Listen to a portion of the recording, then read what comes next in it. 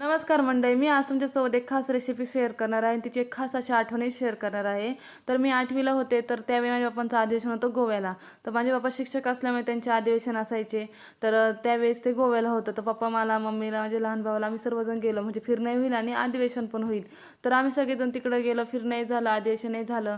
आणि मग ज्यावेळेस आम्ही रिटर्न येत होतो, तर सकाळची वेळ होती, सर्वांना भूक लागलेली म्हणून आम्ही एका ठिकाणी थांबलो नाश्ता करण्यासाठी. म्हणजे एकदम मोठं हॉटेल नाही, असं छोटं ढाब्यासारखं होतं, तिथं थांबलो. तर त्या ढाब्यावरून त्यांनी कढी आणि गरम गरम भजी दिली आम्हाला. ती भजी कढीमध्ये बुडवून खायची, ती इतकी छान लागत होती. तिची चव खूप मस्त होती. म्हणजे फक्त मीठ आणि हळदीची ती भजी तरी खूप मस्त लागत होती. मी फर्स्ट टाइम असं कढी आणि भजी खाल्ली होती. तर ज्यावेळेस मी आता घरी कढी आणि भजी बनवते, तर मला ती आठवण नेहमी येते. म्हणून मी आज तुमच्यासोबत ती गोष्ट शेअर केली. तुमच्या काही अशा आठवणी असेल तर नक्की माझ्याशी शेअर करा. आणि व्हिडिओ आवडला असेल तर व्हिडिओला लाईक करा आणि चॅनलला सबस्क्राईब करून जा. म्हणजे मी असं छान छान आठवणी तुमच्यासोबत नक्की शेअर करेन आणि माझ्या ज्या रेसिपी आहे त्या पूर्ण व्हिडिओला तुम्हाला बघायला मिळेल.